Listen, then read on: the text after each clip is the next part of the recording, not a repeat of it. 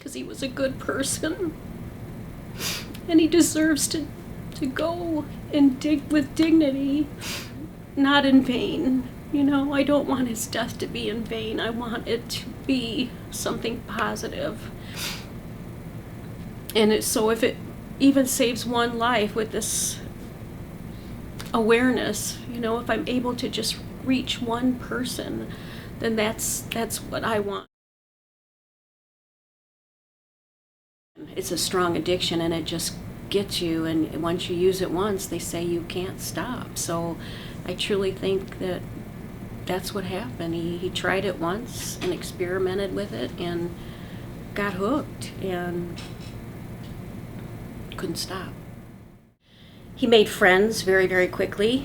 He just always enjoyed life. He was full of life, and I don't know, not shy by any means, just a very outgoing young man, well liked by everyone. He was a great kid, he really was, and kind of got lost. Well, when he got to be about 13 years old, he started experimenting with marijuana, and I sent him away to a military school, brought him back here, and after he got back here, he again started experimenting more and more with drugs and alcohol. At that point, I thought, I have got to do something. I got to save this kid. So I sent him to this private boarding school, and he spent 23 months there, excelled in every way there. It was kind of a family program.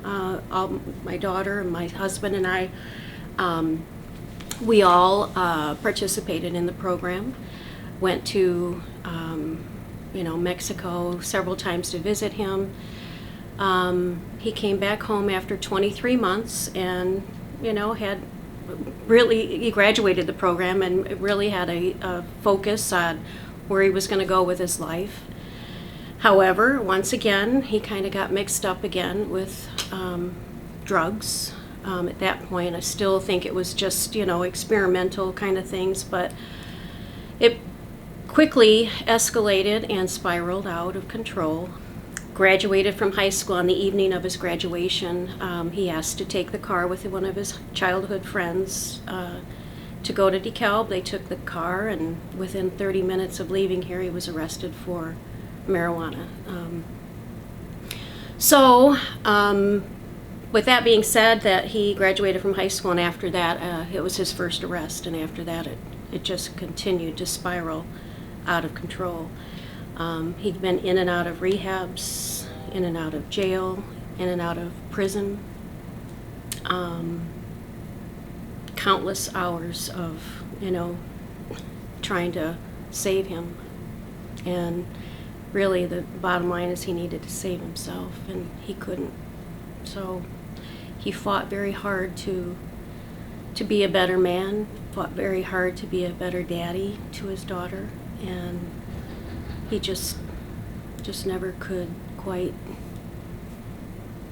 get over, get past the demon of addiction. And so that's why I'm doing what I'm doing, because I want word to get out there. I want the awareness to be out there that addiction is out there, and there's such a stigma behind addiction, and people are so ashamed and embarrassed, and they don't need to be. They just need to acknowledge it and embrace these people that have this demon and try to help them. Because he'd been in and out of jail so many times, he'd get clean and then he'd come out and he'd do good for a while and have goals, and he always wanted to be an electrician. He did have goals and admirations of things that he wanted to do and be. And when his daughter was born, that one just was like the highlight of his life. And he was a very proud father, but he just couldn't give up the addiction. And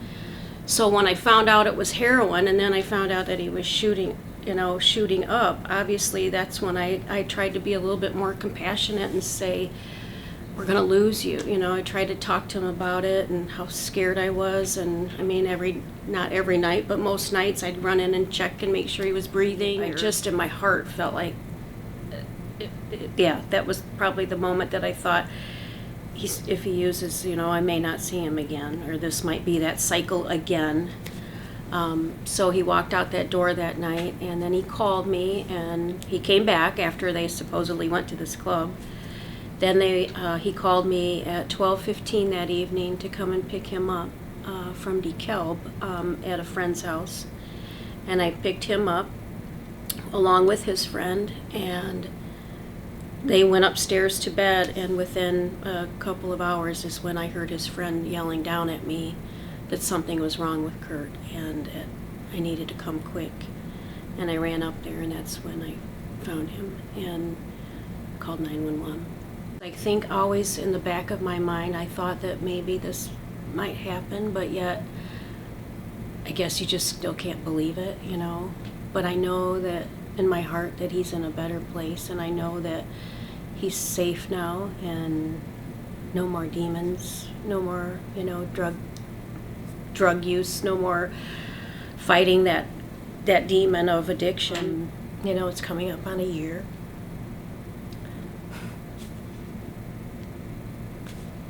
And I miss him. Miss him a lot. I didn't want to cry.